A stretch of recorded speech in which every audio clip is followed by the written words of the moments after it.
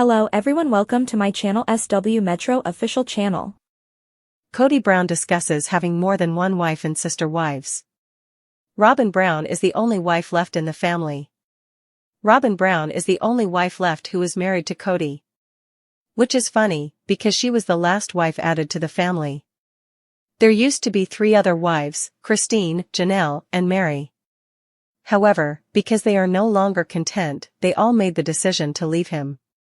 Now, Kody and Robyn make it seem like their marriage is better than it has ever been. This is still a learning curve for them. However, fans think that Robyn likes that she now gets Kody's undivided attention. Which, when it comes down to it, is probably true. Kody Brown opens up about taking in another wife. Kody Brown has opened up about taking in another wife. Fans saw in the preview that he got an inquiry in a sense to add another wife to their family. He has made it clear whether they were actually thinking about it. No, I wasn't ever considering it. Robyn and I are married, we're lovers, we have a great relationship, and everything like that. Getting attention from another woman is still it's dangerous. He then says he was mainly telling her because it was funny. However, they are still trying to get polygamy out of their system since they were in it for so long. It seems as though Kody was just curious and only told Robyn because he needed to and thought it was kind of funny. However, fans think that if Robyn were completely on board, he would have done it in a heartbeat. Regardless, plural marriage is something Kody has been used to and done for his entire adult life.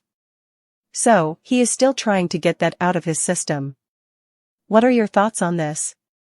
Do you believe Kody was actually thinking about it? Sound off in the comments below. We would love to hear what you think about this.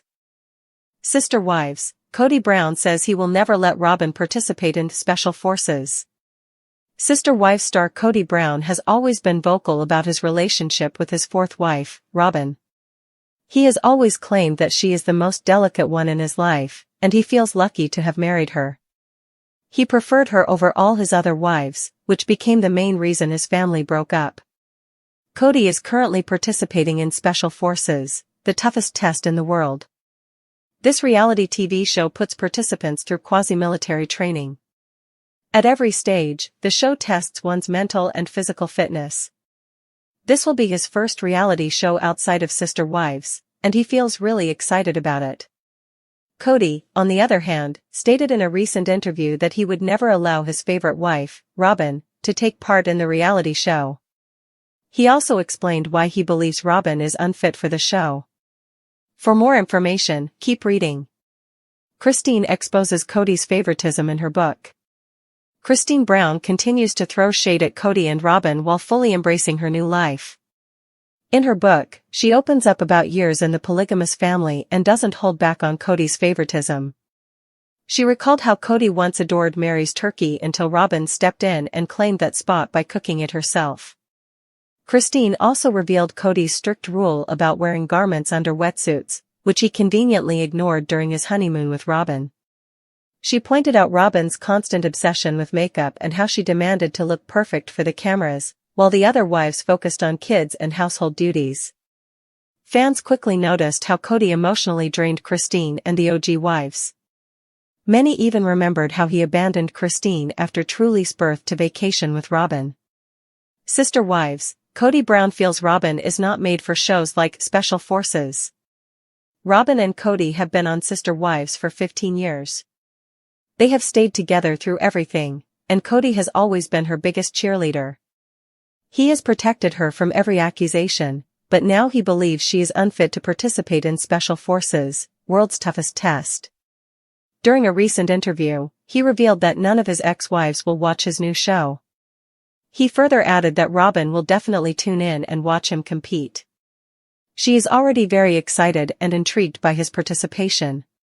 When the host asked if Robyn would ever participate, Kody said no. He said that Robyn is a wonderful mother, but he wouldn't let her participate in such a difficult show.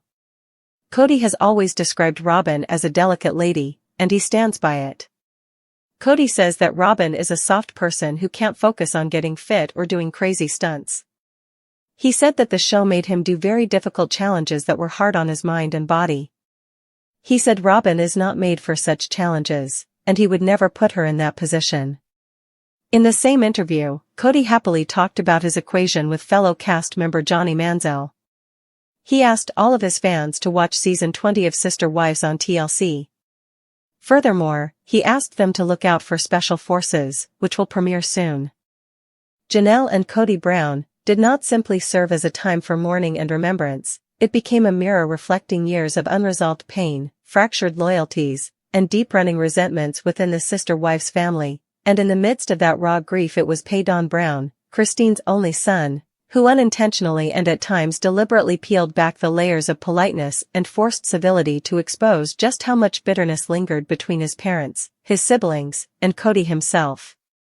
For many fans who had followed the Brown family's journey since their early days on TLC, Garrison's funeral symbolized the shattering of the illusion that the family could ever function as a united plural household again, and Paedon, who has never been known to hold his tongue, took the role of truth-teller, expressing what others only dared whisper, pointing directly to the dysfunction, the favoritism, the disconnection, and the hypocrisy that hovered in the air even as everyone was dressed in black and trying to honor a young man who left the world too soon. From the very beginning of the service there were signs that this was not going to be a smooth and united farewell. Janelle, broken-hearted, was at the center as Garrison's mother, clinging to her other children while Robin stood on the sidelines, visibly uncomfortable and awkward, and Cody himself, who had been estranged from many of his kids including Garrison, arrived late and seemingly more concerned about how he was perceived than about the son he had lost, and Paedon, already seething at the way his father treated his siblings, made no effort to hide his disdain, greeting his father coldly and refusing to embrace Robin when she reached out, an action that didn't go unnoticed by those in attendance. As eulogies began, Paedon took the microphone and in a trembling but firm voice delivered words that honored Garrison's humor, kindness, and service to his country, but he didn't stop there. He went on to allude to the loneliness Garrison had felt, the sense of being abandoned by his father, the pain of feeling like an outsider in his own family, and though he didn't mention Cody's name outright, everyone knew exactly who he was talking about. Silence hung in the room, broken only by quiet sobs. But Paedon stood his ground, determined not to let the moment pass without acknowledging the truth, because in his mind, pretending everything was fine would be the ultimate dishonor to his late brother. What made his words even more striking was the contrast with Cody's own brief and stilted remarks. Cody focused on memories from when Garrison was a child, carefully avoiding any reference to their more recent estrangement, and while he tried to inject warmth, his words came across hollow, as though he was more concerned with controlling the narrative than with expressing genuine grief. Paedon, in his raw honesty, essentially called his father out in front of everyone, and while some family members cringed at the tension, others, including many of Janelle's kids, later whispered that they were grateful someone had finally spoken aloud what they all had been carrying inside. The tensions didn't end with the eulogies either. Throughout the gathering, dynamics played out like a painful drama on display. Christine tried to comfort Janelle, the two women who had built a bond stronger than their ties to Cody, while Mary awkwardly shifted between groups, unsure where she belonged, and Robin hovered near Cody, often tearful but also fiercely protective, glaring at anyone she thought might disrespect her husband. Yet all of these complicated emotions kept boiling over. Because grief has a way of removing filters, and at Garrison's farewell those filters were already thin to begin with.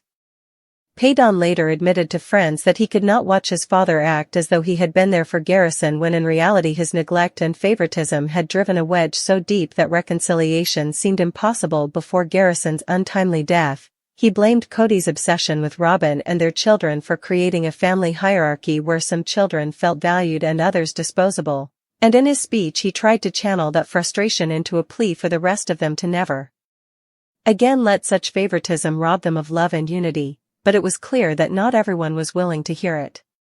After the service, tensions spilled into whispered conversations and even sharp exchanges. At one point, Paedon and Cody were seen in a heated argument outside, their voices raised enough that mourners turned their heads, and though no one caught every word, it was clear Paedon was demanding accountability, saying that Garrison had felt abandoned, that the family fractures had cost them too much, while Cody, visibly shaken and defensive, insisted that he had done his best and that circumstances were beyond his control. Robin quickly stepped in, trying to shield Cody from further confrontation, but her very presence only inflamed things more, as Christine and Janelle both bristled at her intervention. For the siblings, the cracks were just as visible. Some of Janelle's kids sided firmly with Paedon, nodding through his words and echoing his anger, while others, including some of Robin's younger children, seemed confused and upset by the raw conflict overshadowing their brother's farewell, their tears not only for Garrison but for the realization that their family truly was broken beyond repair. The media and fans who followed the Brown family also took note. Stories circulated almost immediately about Paedon's fiery tribute, about Cody's awkwardness, about Robin's tears, about Janelle's grief-stricken dignity, and about Christine's protective stance toward both Janelle and her own son. And while the tragedy of Garrison's death was the central focus, the underlying narrative of dysfunction couldn't be ignored, proving once again that the Brown story was as much about fractured relationships as it ever was about plural marriage. For Paedon himself, exposing the truth at his brother's farewell was not about seeking attention but about refusing to allow silence to rewrite history. In his mind, Garrison had suffered from being pushed aside by his father, from watching his mother struggle financially and emotionally while Cody invested in Robin's household, from trying to bridge the gap only to be met with rejection. And though no single speech could undo that pain, speaking the truth aloud felt like a way to honor Garrison's reality rather than smoothing it over with platitudes. Yet, not everyone agreed. Some relatives felt Paedon's bluntness disrespected the solemnity of the occasion, that grief should have united rather than divided, and that whatever issues existed could have been addressed privately, but Paedon countered that it was precisely this tendency to hide problems that had allowed them to fester for so long, and if Garrison's death didn't wake them up, nothing ever would. In the days that followed, the family dispersed.